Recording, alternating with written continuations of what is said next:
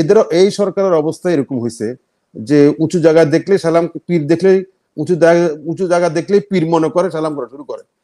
তারা এই দেশে এমন এমন রাজনৈতিক শক্তি বা রাজনৈতিক ব্যক্তি, এটা আমি কারো হিংসা করেও বলছি না, এবং কোন ধরনের আমার মধ্যে ইয়েও নাই যে অমুককে কেন ডাকলো অমুককে কেন ডাকলো না, এটা তারা যেটা ভালো মনে করেছে। কিন্তু তখনই খারাপ লাগবে যে এই গোষ্ঠীগুলো, এই লোকগুলো এই 18 কোটি জনগোষ্ঠীর কোন উপকারে আসবে, তাদের মধ্যে কোন বুদ্ধির ঢেকি তাদের মধ্যে আছে যে তারা সেটা মানে সেই বুদ্ধির ঢেকি উগলাইয়া দিবে জাতির জন্য। জনাব মাহমুদুর রহমান, জাতীয় পার্টির চেয়ারম্যান জনাব জেম কাদেরের উপদেষ্টা। জি, বিসমিল্লাহির রহমানির রহিম। পূর্ণিমা ভাই, আপনাকে অনেক ধন্যবাদ এবং শুভেচ্ছা জানাচ্ছি। আমাকে আপনার এই বহুল আলোচিত এবং বহুল পরিচিত এবং সমাদৃত এবং বহু লাইকড এই চ্যানেলে আমাকে আমন্ত্রণ জানানোর জন্য, এবং আমার দল, জি, আমার দল জাতীয় পার্টি সম্পর্কে আপনার যে আপনার অনুসন্ধিৎসা, আপনার যে কিউরিসিটি, আমি মনে করি এরকম বহু সাংবাদিকের অনেক কিউরিসিটি অনুসন্ধিৎসা আছে। এটা আপনি যে সাহস করে এবং আপনার সাংবাদিক সুলভ আচরণ দিয়ে বা সাংবাদিক সুলভ দায়িত্ব থেকে আপনি চেষ্টা করছেন আমাদের দলের খোঁজ খবর নেওয়া এবং আমাদের দলের কার্যক্রম সম্পর্কে জনগণকে জানানো। এই জন্য আপনাকে পুনরায় আমার ব্যক্তিগত তরফ থেকে অনেক শুভেচ্ছা এবং ধন্যবাদ জানাচ্ছি। যে কথাটা আপনি শুরুতেই বলছিলেন যে জাতীয় পার্টি এই যে গঠন প্রক্রিয়া, এই সরকারের গঠন প্রক্রিয়ার প্রারম্ভিক স্তরে, প্রারম্ভিক স্টেজে, প্রাথমিক পর্যায়ে সংযুক্ত ছিল প্রথম দিন থেকেই।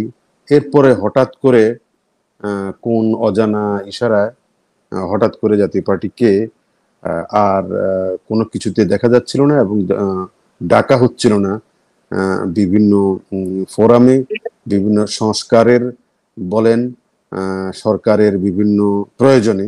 অন্যান্য অনেক দলকে, যেসব দল সম্পর্কে বাংলাদেশের মানুষের বিন্দুমাত্র আগ্রহ নেই, বিন্দুমাত্র তাদের সম্পর্কে মানে চেতনা নাই, চৈতন্য নাই, এমনকি এসব দলগুলো এতই মাইক্রোস্কোপিক, এতই ভুইফোড় এবং এতই পরগাছা শ্রেণীর যে মানুষ মনে করছে না বা মানুষ মনে করার কোনো কারণ নাই যে এই দলগুলো মানুষের কোনো উপকারে লাগতে পারে। মানুষ বড়জোর ভাবছে এই দলগুলো তারা তাদের নিজের বা নিজের পরিবারের কোনো হয়তো উপকারে লাগতে পারে, কিন্তু জাতীয় প্রয়োজনে রাজনৈতিক দলটা তো একটা জাতীয় প্রয়োজনে তৈরি হয়। জাতীয় রাজনৈতিক দল তো দোকান খোলা নয়, যে বা সুপার মল খোলার মতো নয় যে আমার পয়সা আছে আমি দোকান একটা খুলি বসলাম, কাস্টমার কিছু আসবে আমি বেচা কিনি করবো, এটা কেনা বেচার বিষয় নয়। রাজনীতি, পলিটিক্যাল পার্টি, এটা একটা গুরুত্বপূর্ণ অঙ্গ প্রতিষ্ঠান রাষ্ট্রের যারা ভাগ্য বলতে গেলে ভাগ্য নিয়ন্ত্রণ তো অবশ্যই আল্লাহ, কিন্তু সেই আল্লাহর সেই মানে বিধাতার প্রতিনিধি স্বরূপ যারা মানুষের ভাগ্য নিয়ে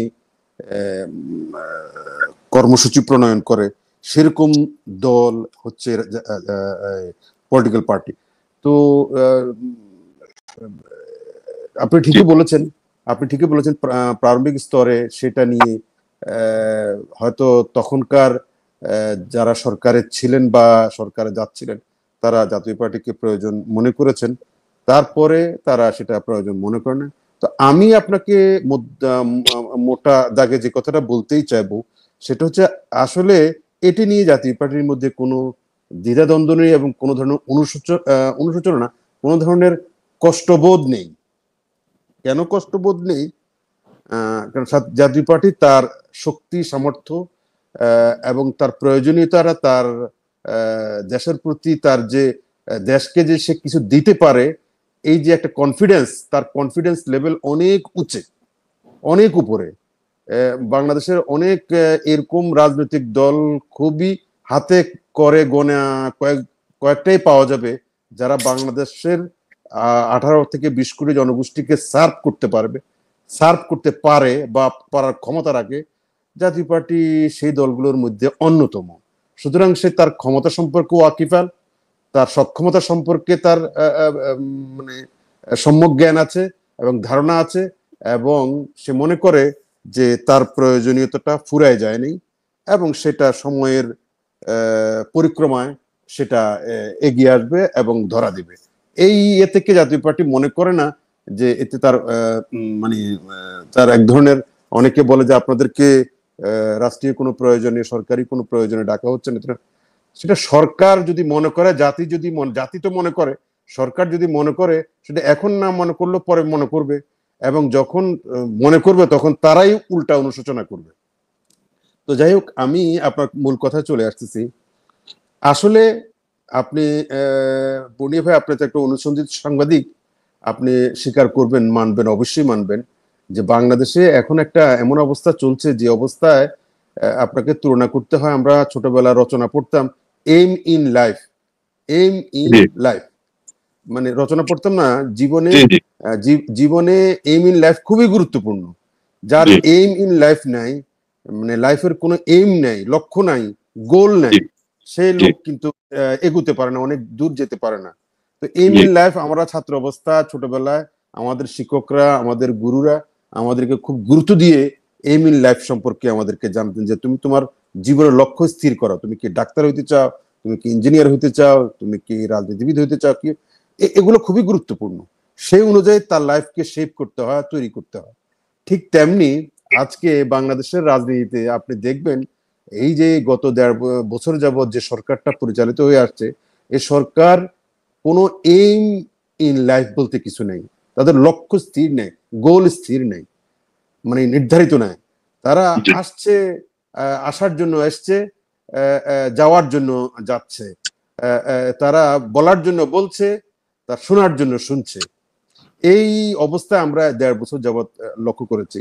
তা না হলে দেখুন যে জাতীয় পার্টির মতো একটা দল, আপনাকে এটা মানতেই হবে। আপনি প্রথম কথা কেন এটা বললাম, এইম ইন লাইফ নাই, প্রথম যদি আমি এভাবে বলি, দেখেন তারা যখন এই গণ অভ্যুত্থানের পরে এই সরকারটা আসলো, তারা তো এটা তো অন্তত ঠিক করতে পারা উচিত ছিল, বা যে এই সরকারটা কি করবে, মানে কি, যে আপনি দেখেন কি করলো, এটা কি বিপ্লবী সরকার নাকি এটা রেজিম চেঞ্জ, এটা সাংবিধানিক ইন্টারিম গভর্নমেন্ট, যেটা এর আগে আমাদের 90-তে হয়েছে, 96-তে হয়েছে, এরকম এটা ঠিক করতে পারে নাই। তারা এটা দ্বিধাদ্বন্দ্বের মধ্যে ছিল, বিপ্লবী সরকার বলবে নাকি এটা গণ অভ্যুত্থানের সরকার বলবে, এটা ঠিক করতে পারে না। আর ঠিক করতে পারে নাই বলে তারা প্রত্যেকটা পদে পদে হোঁচট খেয়েছে, ভুল করেছে এবং জনগণকে পিছায় দিয়ে গেছে। আপনাকে এটা বলতেই হবে, এখন দেশ আগানোর পরিবর্তে পিছায় গেছে, সংস্কারের পরিবর্তে মানে এখন আমরা স্টাক হয়ে গেছি। আপনি সংস্কার করে ইন্টারেস্টেড না হয়ে আমরা স্টাক হয়ে গেছে, আমরা আবদ্ধ হয়ে গেছে, আমরা এক জায়গায় ঘুরপাক খাচ্ছি।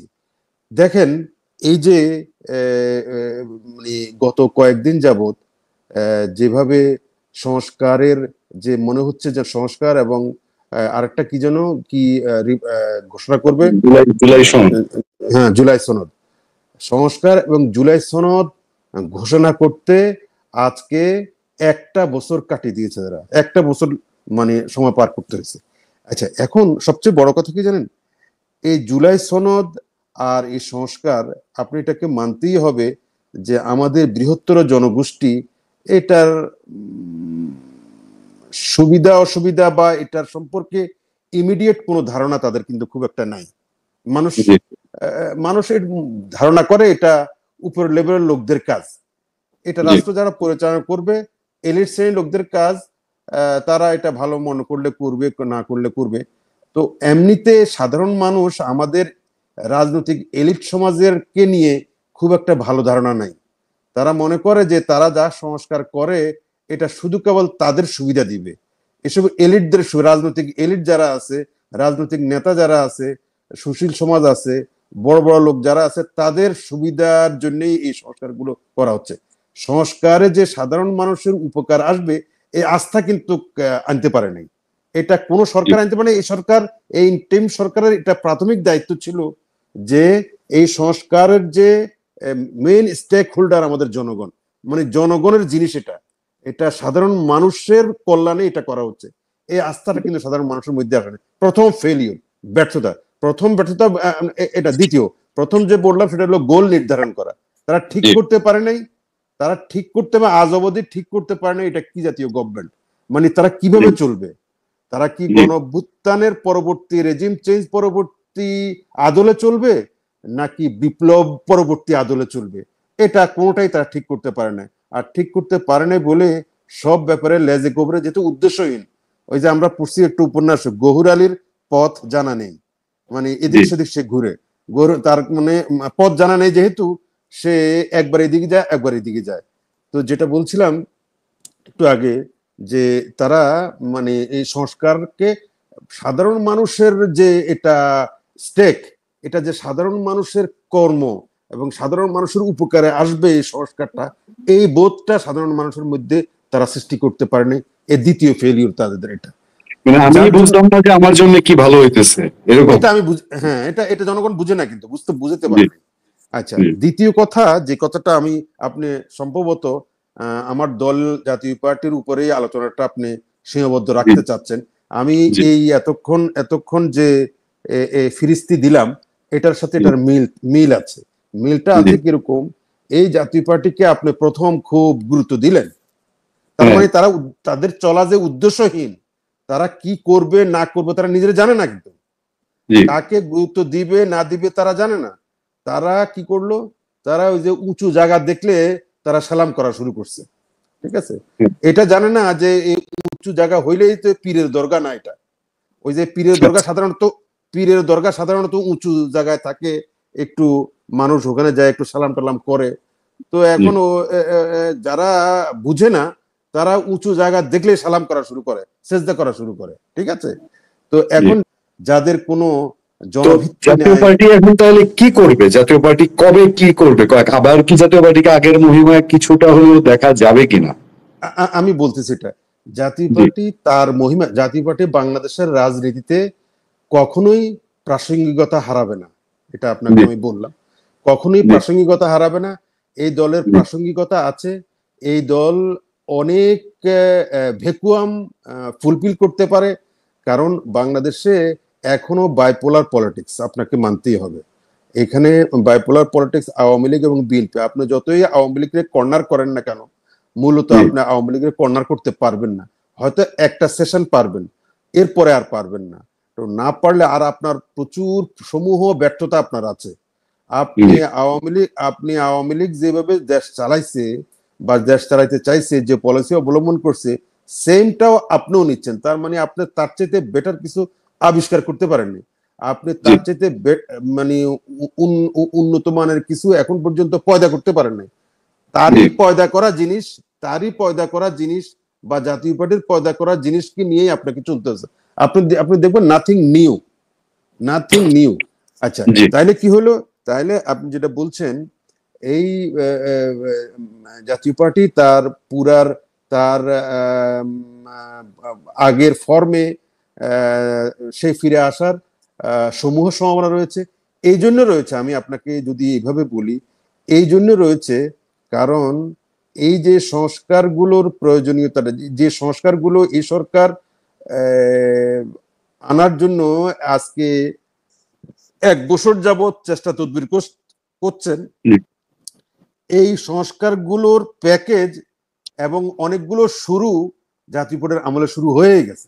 আপনি দেখবেন তো, একটু যুগান্তকারী কিছু সংস্কারের কথা যদি আপনাকে আমি বলতেই হবে, এটা এর আগে হয়তো বলেছি, যদি রিপিট হয় আমাকে মাফ করে দিবেন, একটু বলি, এক মিনিটে মানে রিলেভেন্ট হবে। আপনি সরকার সংস্কারের প্রয়োজনীয়তাটা বাংলাদেশের সাধারণ মানুষ অনুভব করে, এটা সত্য, কিন্তু আমাদের এলিট শ্রেণী, রাজনৈতিক এলিট শ্রেণী সেটা অনুভব করে না। আপনাকে এটা মৌলিক বিষয় জানতে হবে। সাধারণ মানুষ মনে করে যে আমরা নতুন কিছু চাই, নতুন ব্লাড চাই, নতুন রক্ত চাই, মানে আমরা সামনে এগিয়ে যেতে চাই, কিন্তু আমাদেরকে যারা লিড দেয়, রাজনৈতিক এলিট শ্রেণী বা রাজনীতিতে যারা পরিচালনা করে, তাদের মধ্যে এই বোধটা কম। তারা হলো অনেকটা ট্রেডিশনাল মানুষ, কিন্তু প্রগ্রেসিভ। আমাদের সাধারণ মানুষ অনেক প্রগ্রেসিভ, কিন্তু আমাদের পলিটিক্যাল এলিটরা অনেকটা ট্রেডিশনাল। এই ট্রেডিশনাল রাজনীতি আমাদের দল জাতীয় পার্টি সেই 90-এর দশকেই শুরু করেছে। জাতীয় পার্টির যিনি নেতা ছিলেন পল্লীবন্ধু হোসেন মোহাম্মদ এরশাদ, উনি আপনি চিন্তা করেন তো, যে আজকে শুধু একটা কি বলে প্রেসিডেন্টের মেয়াদ 5 বছর হবে কি 10 বছর হবে, এইটা আলোচনা করতে ঘরমাক্ত হয়ে গেছে সবাই। আর তারপরে আরো অনেক এমন ক্ষুদ্র ক্ষুদ্র মানে সংস্কারের প্রস্তাবনা এসে রাজনৈতিক দলগুলো রীতিমতো হইচই বাধা দিছে, এবং রীতিমতো তাদের মধ্যে ডিবেট এবং বিতর্ক, এবং মনে হচ্ছে যে বিশাল কর্মযজ্ঞ, যেগুলো একটা এক্সিকিউটিভ অর্ডারে হয়ে যেতে পারে। যে কোনো রাজনৈতিক শক্তির যদি ক্ষমতা থাকে, তাদের একটা মানে এক্সিকিউটিভ অর্ডারে এবং মোটামুটি জনগণের একটা জন ঐক্যমত থাকলে, জন ঐক্যমত বুঝার অনেক মাধ্যম আছে, মানে পত্রপত্রিকা আছে, পলিটিক্যাল পার্টি আছে, সাধারণ মানুষের বক্তব্য আছে, সব মিলিয়েই একটা জনমত। সেই জনমতের ভিত্তিতে একটা এক্সিকিউটিভ অর্ডারে অনেক আপনার মানে সংস্কার করে যেতে পারে। এরকম বহু সংস্কার করার জন্য, এই ছোটখাটো অনেক সংস্কার করার জন্য আমরা এই বর্তমান গভর্নমেন্টকে দেখলাম এরকম বহুল রাষ্ট্রের কোষাগার থেকে অর্থ খরচ করে এবং মূল্যবান সময় নষ্ট করে আমাদের জাতিকে উদ্ধার করার জন্য যেভাবে আপনারা লম্পঝম্প করছে, মনে হচ্ছে যেন একটা রীতিমতো মল্লযুদ্ধ করা হচ্ছে এই সংস্কার নিয়ে। অথচ এই জাতীয় এতে আরো ঢের ঢের শক্তিশালী সংস্কার পল্লীবন্ধু হোসেন মোহাম্মদ এরশাদ এক লহমায় উনি শুরু করে দিচ্ছেন। তার মধ্যে একটা যদি আপনাকে আমি ধরি, যে বাংলাদেশে মাত্র 7টা জেলা ছিল, তাই না? এই 7টা জেলাকে উনি রাতারাতি একদিনের অর্ডারে 64টা জেলা ঘোষণা করে ফেলছেন। শুধু ঘোষণা করে শেষ না, 64টা জেলা পরের দিন থেকে অবকাঠামো তৈরি শুরু হয়ে গেছে, পরের দিন থেকে অফিস শুরু হয়ে গেছে। 21টা থেকে নাকি 21টা থেকে, রাইট, 21টা থেকে 64টা জেলা উনি তৈরি করে ফেলছেন, এবং খুব ঘোষণা দিয়ে ক্ষান্ত হন নাই। অবকাঠামো শুরু হয়ে গেছে এবং পরের দিন থেকে কার্যক্রম শুরু হয়ে গেছে, ডিসি নিয়োগ হয়ে গেছে। আপনাকে এটা কি মনে করেন? এই বিষয়গুলো মধ্যে আমি ধরেন যে বিশেষ করে উপজেলা সিস্টেমটা, এটা তো সারা বাংলাদেশে একটা নতুন প্রাণ আনছে, ঠিক আছে। এখন আমরা এখন বুঝতে চাই যে জাতীয় পার্টি যে চাপে পড়ছে। হ্যাঁ, চাপে পড়ছে। তো আমরা কেন চুপচাপ আছি? আমরা এক ধরনের চুপচাপে বলতে হবে, সেটা আমরা মনে করি যে আমাদেরকে লাগবে, আমাদেরকে প্রয়োজন হবে, জাতি আমাদের প্রয়োজন হবে, যেহেতু আমাদের অতীত খুবই স্বর্ণোজ্জ্বল, আমাদের অতীত অনেক গৌরবের, আমাদের অতীত কোনো কথামালার অতীত নয়। মানে কি এরকম যে যদি জাতীয় পার্টি ইলেকশনে না যায় এটা একটা প্রশ্ন উঠবে, বা ইলেকশন করার জন্য শক্তিশালী হওয়ার জন্য বিএনপি জাতীয় পার্টিকে লাগতে পারে, এনসিপি লাগতে পারে? জি, দুটা জিনিস বলতেছি। প্রথম কথা হচ্ছে যে আমরা একটা অভিজ্ঞতা সম্পন্ন এবং স্কিল্ড রাজনৈতিক দল, এবং আমাদের নেতা এরকম অভিজ্ঞতা সম্পন্ন রাজনৈতিক নেতা আছে। এটার জন্য আমরা মনে করি জাতিকে আমাদের প্রয়োজন হবে, এক। সেকেন্ড থিং হচ্ছে, আমরা মনে করি যে আমাদের যে ঐতিহ্য আছে, লিগাসি আছে, যে কর্মসূচি নিয়ে আমরা জনগণের কাছে গেছি এবং পরীক্ষা দিছি, আমরা পরীক্ষা পাশ করছি, আমরা দেখাইছি যে জাতীয় পার্টি কি কি করতে পারে, অতীত করেছে, দেখাইছে। সেই জাতীয় পার্টি এখনো বিরাজমান, এখনো ক্রিয়াশীল, এবং এখনো সারা বাংলাদেশের দৌড়ে বেড়াচ্ছে। সুতরাং আমরা আগামী দিনেও পারবো। এটার কারণেই আমরা মনে করি যে আমাদের প্রয়োজন ফুরায় যায়নি, জাতি আমাদেরকে খুঁজে নিবে, এবং যদি এটা শাসক শ্রেণী, বিশেষ করে পলিটিক্যাল এলিটরা সেটা করতে ব্যর্থ হয়, তাহলে জাতি আপনার এক ধরনের মেধা শূন্যতায় ভুগবে, অভিজ্ঞতা শূন্যতায় ভুগবে, এবং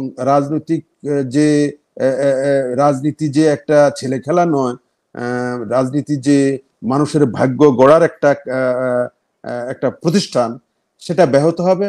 এবং ইতিমধ্যে তো আমরা সেটা লক্ষ্য করেছি। এই যে এই সরকার যেভাবে এই সংস্কারগুলো করার জন্য যেসব রাজনৈতিক দলগুলোর সাথে আলাপ আলোচনা করছে, যারা নিজেদের পরিবার চালানোর ক্ষমতা রাখে না, যারা একটা নিজের ব্যবসা প্রতিষ্ঠান চালানোর ক্ষমতা রাখে না, যারা একটা প্রতিষ্ঠান বলেন, বিভাগ বলেন, বা একটা মানে যে মানে ক্ষুদ্রাতি ক্ষুদ্র কোনো প্রতিষ্ঠান চালানোর ম্যানেজমেন্টের ক্ষমতা যাদের নাই, যে প্রতিষ্ঠানের নাই, যে ব্যক্তির নাই, তাদেরকে দিয়ে আজকে এই সংস্কারের এই বিশাল কর্মযজ্ঞ সাধনের চেষ্টা করা হচ্ছে।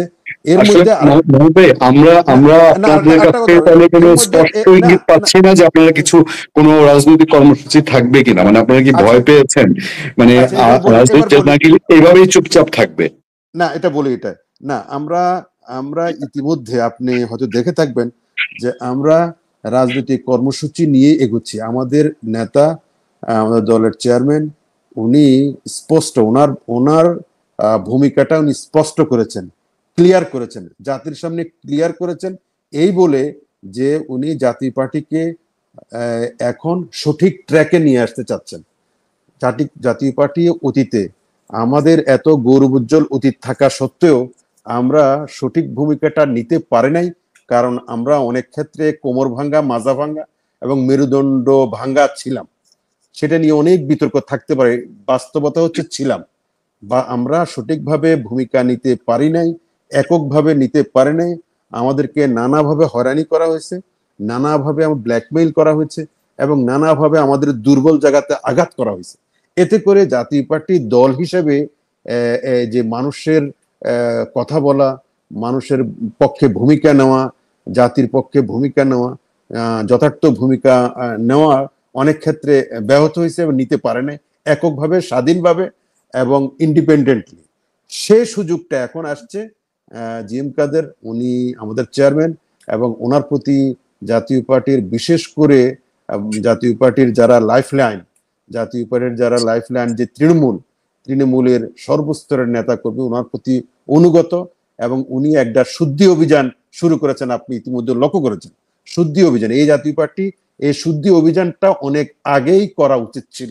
এটা অনেকেই মনে করেন এবং আমরাও মনে করি যে গত নির্বাচনের আগে। আমি একটু সরি ইন্টারফেয়ার করি, সেটা হচ্ছে যে আমরা প্রায় শেষ পর্যায়ে, আমরা 24 মিনিট আলোচনা করলাম, সাধারণত আমরা আধা ঘন্টার মধ্যে শেষ করি। আমি আবারও একটু রিপিট করব কাইন্ডলি, যে জাতীয় পার্টিকে আমরা প্র্যাকটিক্যালি এর মধ্যে কি আর মাঠে দেখবো কিনা এই সরকারের এই যে আচরণ তার প্রতি, এটার মধ্যে দিয়ে 1 নাম্বার। 2 নাম্বার হলো আপনি দেখবেন আগামী ইলেকশনের কথা আসলেই মোটামুটি একটা যেটা পাবলিক পারসেপশন যে বিএনপি ক্ষমতায় যাচ্ছে, তো দ্বিতীয় স্থান নির্ধারণী ম্যাচ এই টাইপের একটা ঘটনা দেখা যায়। যে এটা কি দ্বিতীয় স্থানটা রিফাইন্ড আওয়ামী লীগ হোক, যে হোক তাদের, নাকি এনসিপি, নাকি জামাত ইসলামী, সেই দ্বিতীয় স্থান নির্ধারণী ম্যাচে জাতীয় পার্টি অংশ নেবে কিনা, এখনকার মতো পরিবেশ থাকলে জাতীয় পার্টি এই নির্বাচনে যাবে কিনা, যদি হয় নির্বাচন, এই দুইটা বিষয় দিয়ে আমরা শেষ করতে চাইছি। জাতীয় পার্টি আদতে ফিল্ডে কিছু করবে কিনা, কোন কর্মসূচি নিয়ে জাতীয় দেখা যাবে কিনা। আমি আপনাকে বলি পুনিয়া ভাই, আমি আপনাকে বলি, আমি ভূমিকাটা দিছি এই কারণে যে এই লক্ষ্যেই, যেহেতু আগামী দিনে জাতীয় পার্টি মাঠে ময়দানে জনগণের পক্ষে, নির্বাচনের পক্ষে, সংস্কারের পক্ষে কার্যকর ভূমিকা নিবে, সেই জন্য তার রিফাইন্ড বলেন, তার যে রাজনীতিকে পরিষ্কার করা বলেন, তার যে দলের যে একটা শুদ্ধি অভিযান বলেন, এইটার প্রয়োজন ছিল। সেই প্রয়োজনটা এটা অ্যাড্রেস করতে পেরেছে আমাদের চেয়ারম্যান। তিনি এই শুদ্ধি অভিযান শুরু করে সেটা সমাপ্ত করেছেন, আরো হয়তো থাকবে। এখন উনি সাংগঠনিক ভাবে, আপনি জানেন আমাদের মহাসচিব নিয়োগ দেওয়া হয়েছে, অত্যন্ত জনপ্রিয় একজন মহাসচিব, অত্যন্ত ভোকাল এবং অত্যন্ত ইয়াং, এনার্জেটিক এবং আগামী দিনের জন্য উপযোগী। আগামী দিনে বাংলাদেশের রাজনীতি যেভাবে কামনা করে মানুষ যেভাবে রাজনীতি চায়, এবং জাতীয় পার্টির রাজনীতি কিভাবে আগামী দিনে এগিয়ে যাবে, আমরা তো মনে করি স্বামী হায়দার পাটোয়ারি মহাসচিব হওয়ার পরে দলের মধ্যে সেই চাঞ্চল্য ভাব নিশ্চয়ই তৈরি হয়েছে, সেই উদ্দীপনা তৈরি হয়েছে, এবং সারা বাংলাদেশ নিয়ে একটা আশার আলো দেখছে, বিশেষ করে সাংগঠনিক পর্যায়ে। সেটার অংশ হিসাবে জাতীয় পার্টিকে শুদ্ধিকরণের অংশ হিসাবে, জাতীয় পার্টিকে শক্তিশালীকরণের অংশ হিসাবে আমাদের চেয়ারম্যান এই দুইটা কর্মসূচি হাতে নিয়েছেন এবং দুইটাই উনি সম্পন্ন করেছেন। আগামী দিনে রাষ্ট্রীয় যে কোনো প্রয়োজনে অনেক ইস্যু সামনে আসবে, নির্বাচনকে কেন্দ্র করে ইস্যু আসবে সামনে। যদি নির্বাচন সত্যি সত্যি হয় তাহলে জাতীয় পার্টিকে লাগবে, এই জাতির লাগবে এবং নির্বাচন করতে হলে লাগবে। কারণ এরা তো যেই অভিযোগে আওয়ামী লীগকে অভিযুক্ত করেছে যে দলবিহীন নির্বাচন, একতরফা নির্বাচন তো করতে পারবে না। আর একতরফা নির্বাচন না করার জন্য দেশে এবং বিদেশে ব্যাপক চাপ আছে। সেই ক্ষেত্রে আওয়ামী লীগ বাদ দিলেন আপনি, না হয় ঠিক আছে আওয়ামী লীগকে, সেই ক্ষেত্রে জাতীয় পার্টিকে যদি কর্নার করা হয়। আওয়ামী লীগ নিষিদ্ধের বিষয়টা জাতীয় পার্টি কিভাবে দেখে? আমরা তো শুরু থেকেই বক্তব্য দিয়ে আসছি, কোন দলকে নিষিদ্ধ করার পক্ষপাতিত্ব নাই, বরঞ্চ দলকে নিষিদ্ধ করবে জনগণ, ভোটে তাকে যাইতে দিতে হবে। 90 সালে মনে আছে আপনার, আমাদেরকে যখন বলা হইতো যে একটা দুইটা জাতীয় পার্টি ধরো সকাল বিকাল নাস্তা করো, তখনও আমরা নির্বাচনে অংশগ্রহণ করেছি এবং নির্বাচনে অংশগ্রহণ করে আমরা 35টি আসনে নির্বাচিত হয়েছি এবং 100টি আসনে আমরা মানে হাড্ডাহাড্ডি লড়াই হয়েছে আমাদের, ঠিক আছে। ঠিক আছে, আমি মনে করি দেখেন, সরকার পরিচালনা করা, নির্বাচন করা, সরকার ফালাই দেওয়া, এগুলো সব আলাদা আলাদা জিনিস। সরকার ফালাই দেওয়া যায় নানা কারণে, ক্ষোভের কারণে, যে কারণে সরকার ফালাই দেওয়া যায়, কিন্তু সরকার পরিচালনা করানো অনেক কঠিন কাজ, আর নির্বাচন আরো কঠিন কাজ। আপনি নির্বাচন করবেন, রাজনৈতিক দল তো লাগবে, আপনি তো ফেরেস্তা দিয়ে নির্বাচন করাবেন না, রাজনৈতিক দল লাগবে। তো রাজনৈতিক দল মানে হচ্ছে কি, যে রাজনৈতিক দলের সারা বাংলাদেশে কম বেশ সাপোর্ট বেস আছে, সেই দল দিয়ে তো লাগবে। আপনাদের চক্ষু মিয়ার দল দিতে আর ইয়ে হয় না, রাজনীতি হয় না আর নির্বাচন হয় না। তো সেটার জন্য বলছি, তো আমরা তো চক্ষু মিয়ার দল না, আমরা বাংলাদেশে জাতীয় পার্টি 9 বছর রাষ্ট্র পরিচালনা করেছে, প্লাস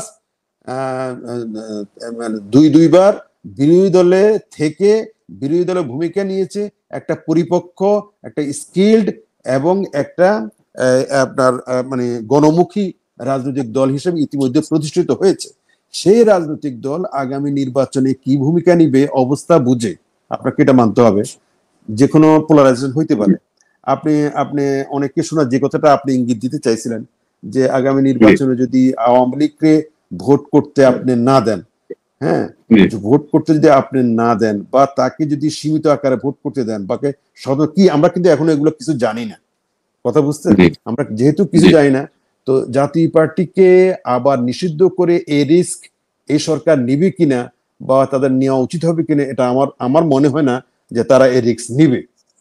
তারা যদি সেই ক্ষেত্রে রিস্ক না নেয়, সেই ক্ষেত্রে জাতীয় পার্টি যদি আগামী দিনে নির্বাচন করে, এবং জাতীয় পার্টির বন্ধু, রাজনীতিতে বন্ধু শত্রু, চিরদিন বন্ধু চিরদিন শত্রু বলে কোনো কথা নেই। আপনারা লক্ষ্য করে থাকবেন, দেখেন বিএনপি আওয়ামী লীগ ব্র্যাকেট বন্দি, বিএনপি এবং জামাত এটা একটা ব্র্যাকেট বন্দি রাজনৈতিক দল, এই সেই দিন পর্যন্ত ছিল ব্র্যাকেট বন্দি, জামাত বলতে বিএনপি, বিএনপি বলতে জামাত, কিন্তু এখন একজনের আর্ক রাইভাল হয়ে গেছে আরেকজন, ঠিক আছে। এটা রাজনীতি চলে, এটা সবসময় ছিল, আছে, থাকবে। আগামী দিনেও কোনো প্রক্রিয়ায় যে কোনো যদি জাতীয় পার্টিকে নির্বাচন করতে হয় এবং সেই পোলারাইজেশনে মানে দেশের মানুষের প্রয়োজনে, দেশের মানুষের স্বার্থে, গণতন্ত্রের স্বার্থে এবং দেশের স্ট্যাবিলিটির স্বার্থে, দেখেন আপনি দেশকে তো একটা নৈরাজ্যের দিকে ঠেলে দিতে পারেন না, দেশকে একটা অস্থিতিশীল অবস্থার দিকে ঠেলে দিতে পারেন না। আপনি এমনিতে দেশে অর্থনীতি একদম তলানিতে যে ঠেকছে, আপনি যদি স্টেবল অবস্থা না আসে, তাহলে জাতীয় পার্টি সবসময় একটা স্টেবল রাজনীতির পক্ষে, আপনার এটাকে মানতে হবে। ঘোলা পানিতে মাছ শিকার করার জন্য আমাদের দেশে কিন্তু অনেক শক্তি আছে, যে একটা গন্ডগোল পাকায় দিয়া জনগণের একটা আপনার মানে জনগণের সাফারিংসকে পুঁজি করে একজনের রাজনৈতিক ফায়দা, এটা কিন্তু একটা দেশপ্রেমিক কোন রাজনৈতিক শক্তির কাম্য হইতে পারে না, এটা উচিত না। রাজনৈতিক শক্তি যার জন্য জাতীয় পার্টি চুপচাপ বসে আছে, যাদের সাথে মনে করে যেহেতু আমরা দেশপ্রেমিক রাজনৈতিক দল এবং আমরা দেশকে পরিচালনা করার অভিজ্ঞতা আছে, আমাদের প্রয়োজন, এই জাতির প্রয়োজন আছে এবং এই জাতি আমাদেরকে স্মরণ করবে, এবং এই সরকারের এবং আগামী দিনের যে সরকার যারাই আসবে তারা তাদের ব্যর্থতার মধ্যে আমরা জাতীয় পার্টি আগামী দিনে আমাদের কর্মসূচির মধ্যে এগিয়ে যাব। এবং মুদ্রা কথা, শেষ কথা যেটা বলবো, আপনি আমাকে জানতে চাইছেন যে জাতীয় পার্টি কি ঘরে ঢুকে গেল নাকি না? জাতীয় পার্টি ওয়ান স্টেপ ফরওয়ার্ড। আপনি আপনি সামনে যাওয়ার জন্য কিন্তু 2 কদম পিছাইতে হয়, এটা একটা সূত্র। আপনি এটা জানেন, অবশ্যই জানেন। সেটা হচ্ছে যে আমি 1 স্টেপ ঝাঁপ দিব, ঝাঁপ দেওয়ার জন্য আমাকে 2 স্টেপ পিছনে যেতে হবে। ঠিক জাতীয় পার্টি এই মুহূর্তে 2 স্টেপ পিছনে আছে, মানে সামনে এগিয়ে যাওয়ার, সামনে মানে জাম্প দেওয়ার জন্য। সুতরাং এই এই অবস্থায় গেলে, কারণ জাতীয় পার্টি এমন একটা দল যে দল ঝাঁপ দিলে অনেক দূর যাইতে পারে, কিন্তু বাংলাদেশে এমন অনেক দল আছে, শক্তি আছে, যে ঝাঁপ দেওয়ারও ক্ষমতা রাখে না। ঠিক আছে, সুতরাং আমরা আগামী দিনে দেশের যে কোনো প্রয়োজনে আমরা যে সামনে এগিয়ে যাব, এতে কোনো সন্দেহ নেই। এবং সবচেয়ে বড় কথা যেটা, পুনিয়া ভাই, আমি সবচেয়ে বড় কথা যেটা আমরা এমন একটা নেতা আমরা পাইছি, যিনি আপাতদৃষ্টিতে মনে হইতে পারে আমাদের জাতীয় পার্টিকে অনেক ক্ষুদ্র করে ফেলছেন। এরকম অনেকে মনে করেন যে জাতীয় পার্টি এখন এত বহিষ্কার করার ফলে, এত আগাছা পরিষ্কারের পরে, এত পরগাছাকে পরিষ্কার করার ফলে এটা ছোট হয়ে গেছে। এই ছোট থেকেই জাতীয় পার্টির যাত্রাটা, কারণ এখন আগাছা পরিষ্কার হয়েছে, এখন আপনার পরগাছা পরিষ্কার, এবং এখন মানে মানে কি বলবো, আপনার লক্ষ্য স্থির করে পরিষ্কারভাবে আমাদের লক্ষ্য পরিষ্কার, আমাদের উদ্দেশ্য পরিষ্কার, আমরা কি করতে চাই সেটা পরিষ্কার। জিএম কাদেরের নেতৃত্বে আমি তো মনে করি আগামী দিনে জাতীয় পার্টি অনেক দূর এগিয়ে যাবে, এবং আগামী দিনে যে বাংলাদেশ মানুষ আশা করে, যে বাংলাদেশে আশা করে একটা সুশাসনের বাংলাদেশ, আপনি সব কিছু বাদ দেন, আপনি এই দিবেন সেই দিবেন, মানে বাংলাদেশের মানুষের গোলা ভরা সব কিছু দিবেন, আমি সংক্ষেপে বলি সুশাসন। এই সুশাসন যে বাংলাদেশের মানুষ চায়, সেটা আমি তো মনে করি সেই সুশাসন দেওয়ার মতো ক্ষমতা আপনার জাতীয় পার্টির আছে, এবং সেখানে অবদান রাখার জন্য জাতীয় পার্টির আছে, জাতীয় পার্টির সে ঐতিহ্য আছে, এবং তারা প্র্যাকটিক্যালিও সুশাসন দেওয়ার প্র্যাকটিক্যালিও এটার প্রমাণ তারা অতীতে রেখেছে। এমন নয় যে কথা বলেছে, কথার ফুলঝুরি ছড়িয়েছে, ব্যাপারটা কিন্তু তাও না, তারা দেখিয়েছে এবং আগামী দেখাতে পারবে বলে আমার মনে হয়। সুতরাং আপনি যেটা বলছেন যে আমরা জাতীয় পার্টি ঘরে ঢুকে যাই নাই, আমরা সামনে এগিয়ে যাওয়ার জন্য একটু পিছাইছি, সামনে ঝাঁপ দেওয়ার জন্য মানে 1 স্টেপ ব্যাকওয়ার্ড হয়েছি মাত্র। তো এটাকে 1 স্টেপ ব্যাকওয়ার্ড 2 স্টেপ ফরওয়ার্ড, এটার জন্যই মূলত আমাদের প্রচেষ্টা এবং জিএম কাদেরের প্রচেষ্টা। আমি মনে করি জাতীয় পার্টি এখন নতুন ব্লাড, নতুন রক্ত, এবং যুগের চাহিদা, এই জেন জিড জেনারেশনের যে চাহিদা, সেই চাহিদার সাথে তাল মিলিয়ে উনি যেভাবে জাতীয় পার্টিকে সাজাচ্ছেন, আমি মনে করি যে একটা লক্ষণীয় পরিবর্তন সম্ভাবনা আছে, এবং সেটা হয়তো এই জাতি সামনে সেটা লক্ষ্য করবে এবং ফল ভোগ করবে। থ্যাংক ইউ দর্শক, আমরা কথা বলছিলাম জাতীয় পার্টির চেয়ারম্যান জিএম কাদেরের উপদেষ্টা মাহমুদুর রহমান মাহমুদ ভাইয়ের সঙ্গে। ধন্যবাদ আপনাকে, আমাদের দর্শকদের পক্ষ থেকে অসংখ্য ধন্যবাদ আপনাকে। থ্যাংক ইউ, আপনাকে অনেক ধন্যবাদ।